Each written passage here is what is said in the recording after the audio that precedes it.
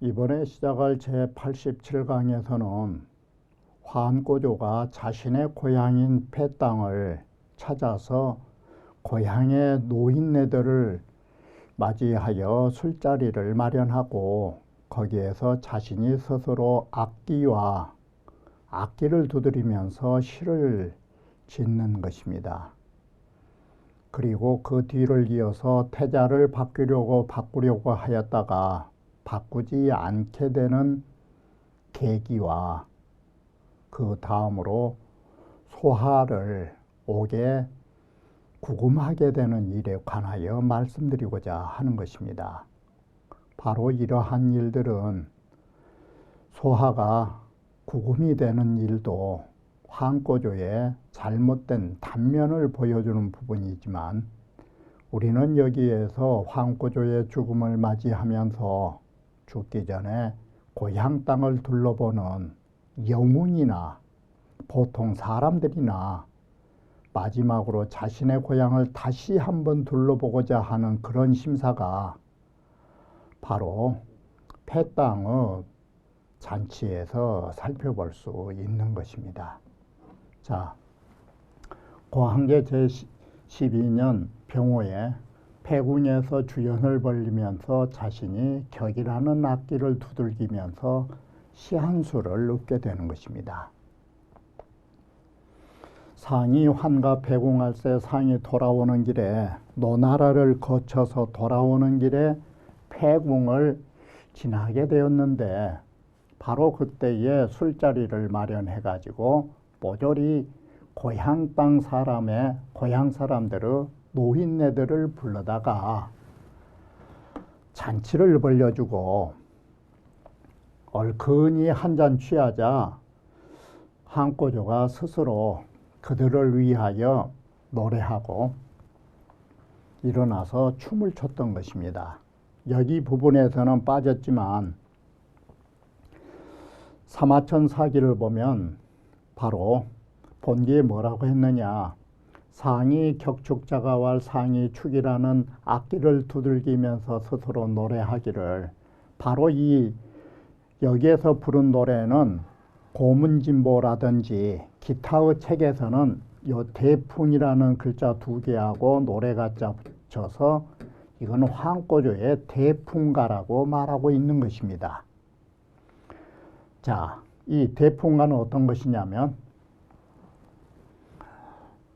대풍가는 이와 같이 보시는 바와 같이 세 구절로 구성되어 있는 단편의 사라고 할 수 있는 것입니다. 자, 대풍기여 운비량이로다 큰 바람이 일어나며 구름이 다 날리노라. 바로 이것이 자신이 의병을 일으킬 때에 마치 몰아치는 폭풍처럼 모든 구름을 쓸어버리는 것처럼 자신의 그 당당한 의병의 기상을 말해주는 것입니다. 위가 산에 해여 귀 고향이로다. 이렇게 해서 천하를 평정해버리고 나의 위엄은 사해에 다했다니까 이게 뭡니까? 이거 통일천하예요. 나는 이렇게 해서 천자가 되어가지고 오늘날 고향 땅을 돌아왔습니다 라고 말한 것입니다. 자, 이제는 이렇게 해서 내가 천하를 얻고 고향 땅에 왔는데 앞으로 내가 할 일이라면 무엇일까? 이게 마지막으로 안등 맹사의 수사방고, 어떻게 하면 맹사들을, 용감스러운 병사들을 얻어서 우리나라 이 사방을 지킬 수 있을까?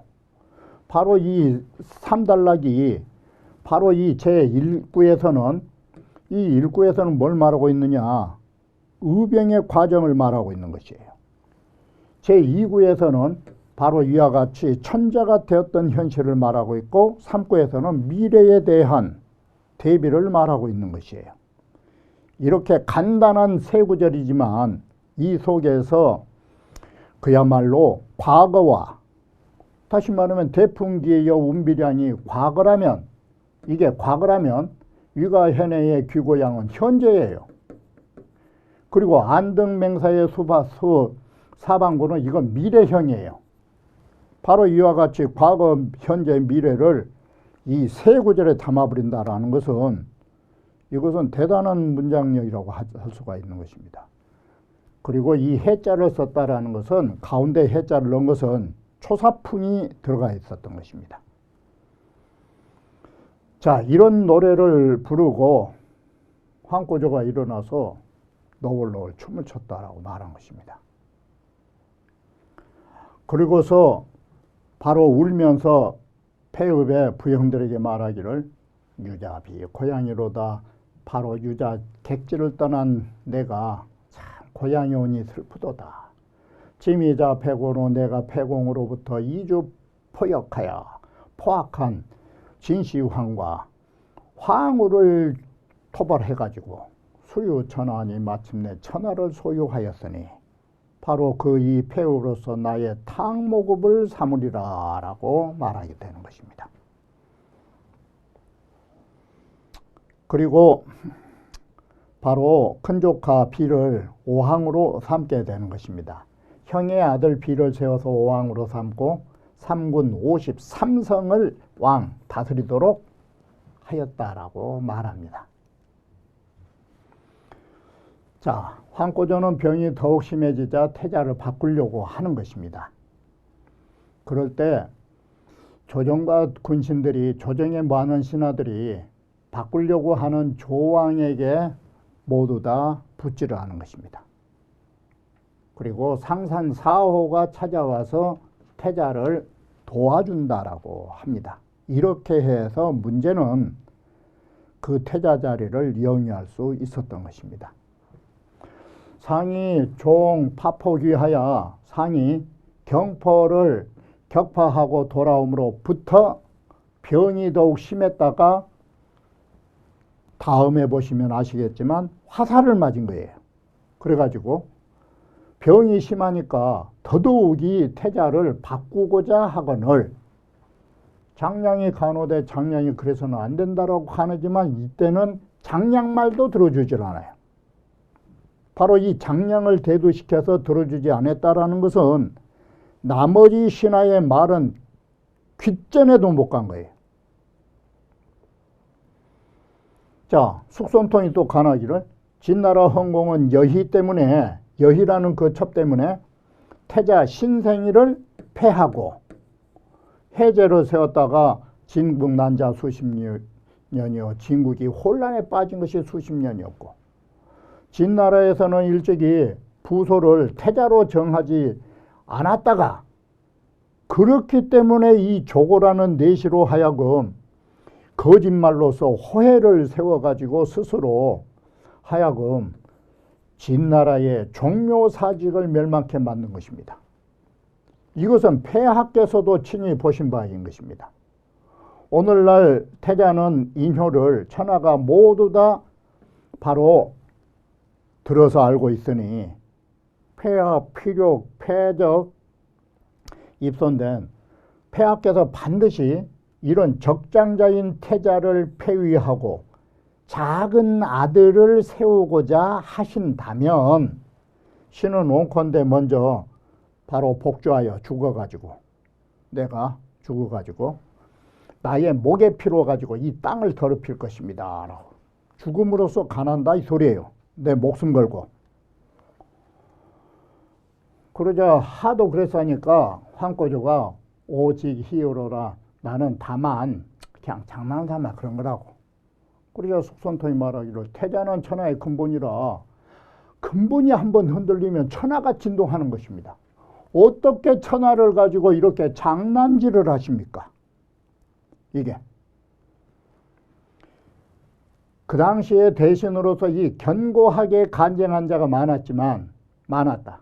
그래서 황꼬조도 지 군신심이 많은 사람의 많은 신하들의 마음이 모두 조왕에게 귀하지 않고 아는 사실을 알고 이에 그쳐서 세우지 않게 됐더라라고 말한 것입니다.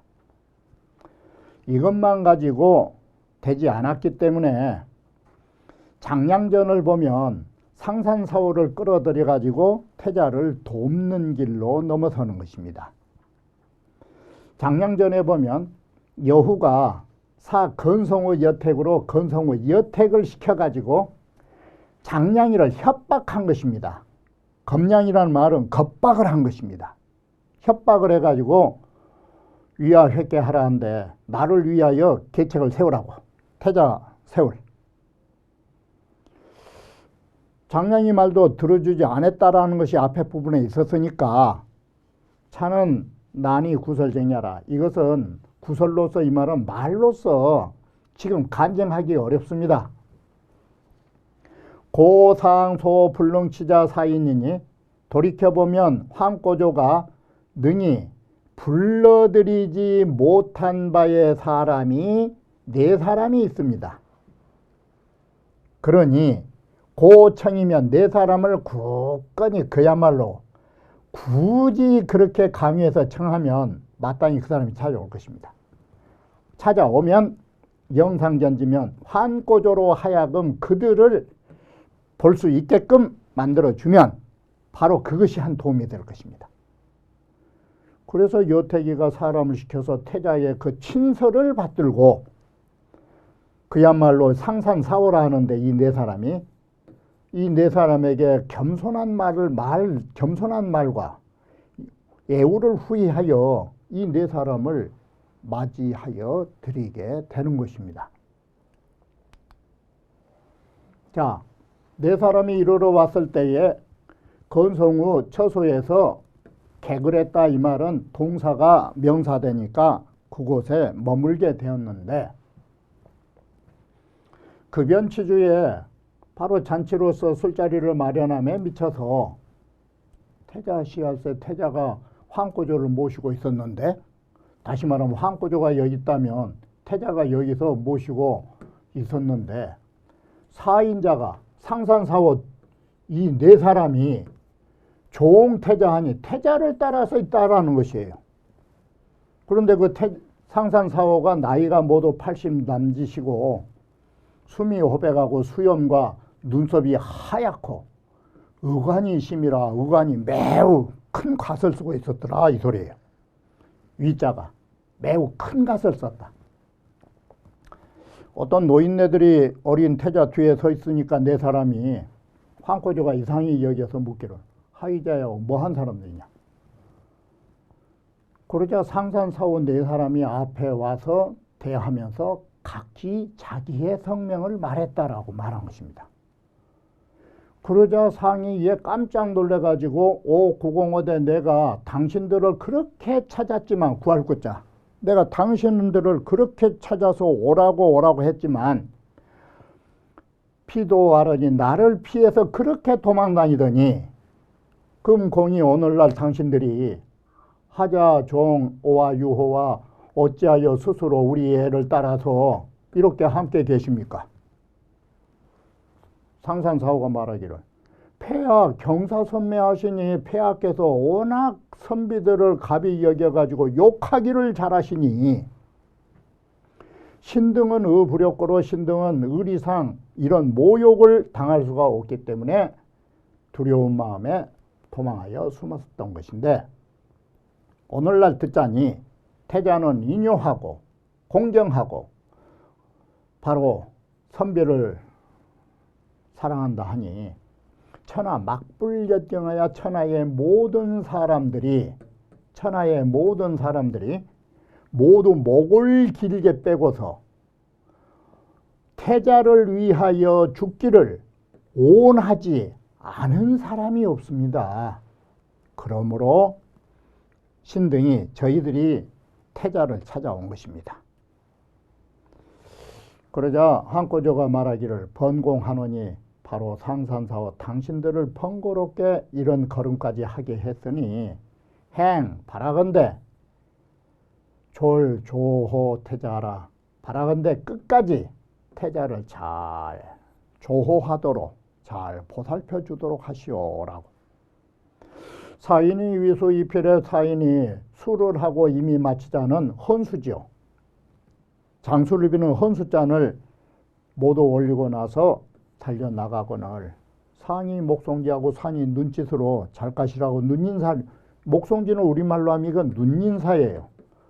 눈인사를 건네고 척부인을 불러서 저 상산사호를 가리켜서 보도록 하면서 말하기를 아용역지론이 내가 태자를 바꾸려고 했더니 비사인이 위지보아야 바로 저 상산사호가 우리 태자의 보필이 되어가지고 위기이성하니 날개가 이미 이루어졌으니 난통이라 더 이상 움직이기는 어렵겠다.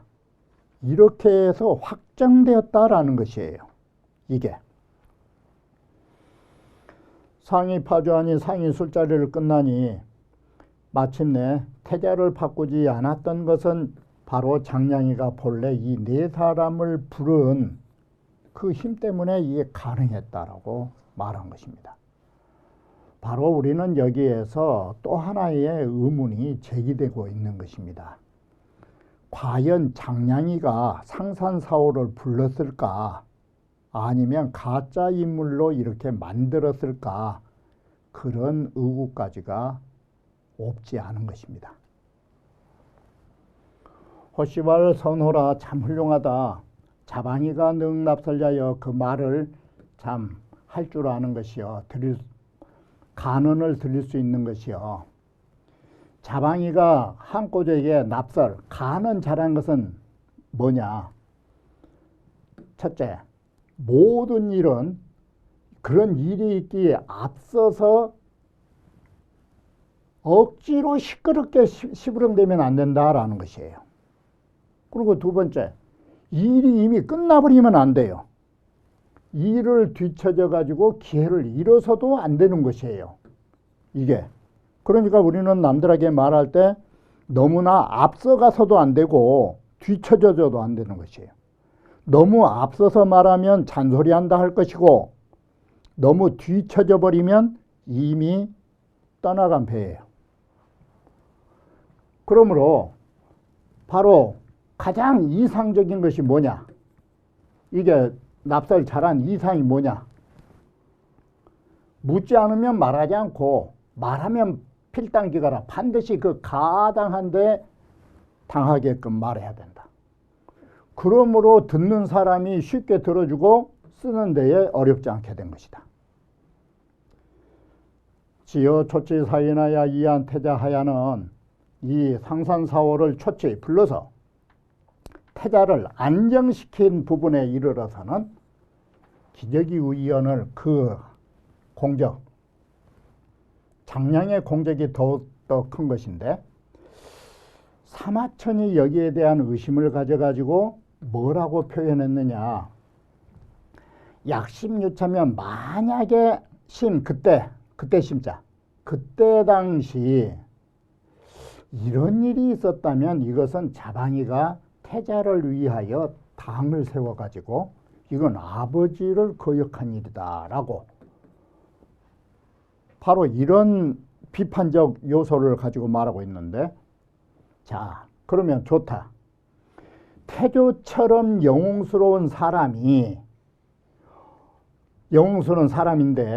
어떻게 상산사호가 황꼬조를 대항할 수 있는 인물이냐. 상산사호는 바로 대항의 인물이 아니라는 것이에요.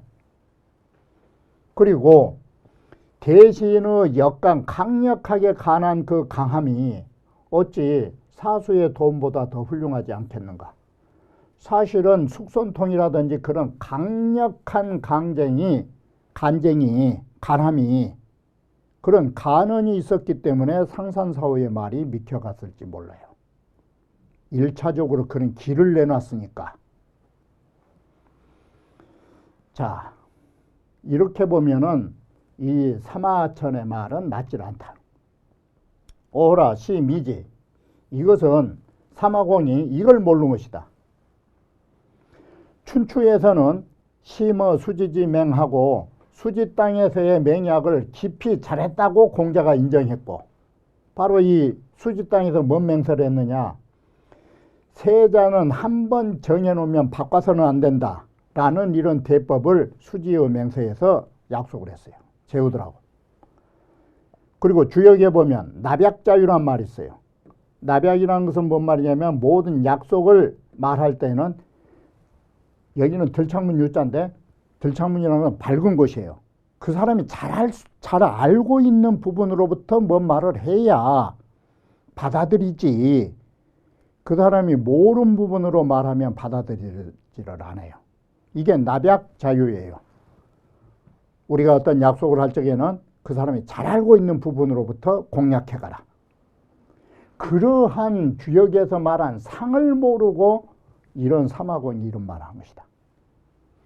그러므로 오늘날 특별히 옛날의 역사를 모두 근거로 하여 다시 자상하게 그 일에 관한 상산사후에 관한 일을 내가 기재하는 바이다 라고 청나라 황제가 글을 쓴 것입니다.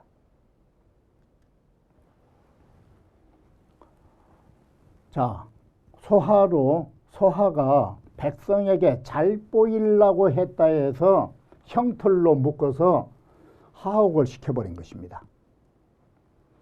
상국하가 이 장한지 협하고 장한 땅이 너무나 좁고 상림 중에 다 공직이라 하야 지금 황고조의 사냥터에 빈 땅으로 버려진 게 너무 많습니다. 그러니 백성들이 소유한 땅은 좋고 쓸모없는 땅이 임금을 위해서 많이 버려져 있으니 온컨대 백성으로 하여금 거기에 들어가서 사냥도 하고 무 수고하야 짐승들 먹도록 지푸라기는 걷지 말도록 하여 짐승의 먹이로 삼으면 될 것 같습니다. 그러니까 황고조가 크게 노한다는 것은 뭐냐면 내 것을 뺏어다가 백성을 위해 이 소리예요. 그러자 상국이 딱 뭐라고 또 핑계대느냐. 내 알을 뺏어다가 이것이 건다고. 뭐라고 딱 핑계대느냐. 지금 상국이 다수 가인재물하야 장사꾼들의 뇌물을 많이 받아가지고 위청오원이라 나의 이 후원을 백성들에게 돌려달라고 청한 것이다 라고. 이게 말이 안 되는 소리예요. 그리고서는 정리에 내려가지고 개개지론이 형틀로 딱 구금을 해갖고 묶어놨더니 며칠 후에 왕이가 황고조를 모시고 있다가 앞에 가서 묻기를 상국이 호태제한데 지금 소하가 무슨 큰 죄를 지었간데 폐하 계집포야 신이 있고 폐하께서 막 형틀까지 이렇게 포악스럽게 사람을 이렇게 단돌이 하십니까? 그리고 황고조가 뭐라는 거는 이 말도 안 되는 소리예요. 장사꾼들의 이게 뇌물을 받았다. 그래가지고 나의 후원을 청하여 스스로 백성들에게 잘 보이려고 하기 때문에 내가 이것을 묶어서 지금 형으로 다스리려고 한 것이다. 자, 그래야 왕이가 다시 말하기를 유편함이니 청지하니 백성들에게 편리함이 있기 때문에 그런 일을 청한 것이니 이게 참으로 재상다운 일인 것입니다. 또한 폐하가 초나라와 대치를 하기를 몇 년 동안, 다시 말하면 황후와 몇 년, 5년간이라는 세월을 대치할 적에 그 사이에 진위와 경포가 반할 때 5년간이었고 진위와 또다시 진위와 경포가 반했을 때 폐하께서 스스로 장수로 병사를 거느리고 나가셨다. 다시 말하면 이건 뭔 말이냐면 조정을 비워놓고 나갔다 이 소리예요. 그럼 빈 조정에서 반란 일으키려면 누가 떡 묵기다 이 말이에요. 소하로서. 그런데 이때를 당해서 상국이 관중을 지키고 있었습니다. 그때 당시 폐하가 여기에 없을 때 발만 한번 삐걱하고 다른 데 발 디디면 관동 서쪽 지방은 폐하 소유가 아니었을 겁니다. 폐하가 한번 없을 때 소하가 맘만 먹어버렸으면 폐하 소유가 아닙니다. 상국이 바로 이때 이득을 삼지 않고 이에 그 장사꾼들 푼돈을 이득으로 삼겠습니까? 생각해 보시라고. 그렇게 이왕 이득을 따질 것 같으면 천하를 얻어서 탈취해야지 장사치들의 뇌물죄감 받겠냐고. 그러자 황고조가 기분이 나빠고 이날로 풀어주면서도 기분이 나빠가지고 사신을 시켜 부저를 가지고서 사면하여 소하를 내주었다.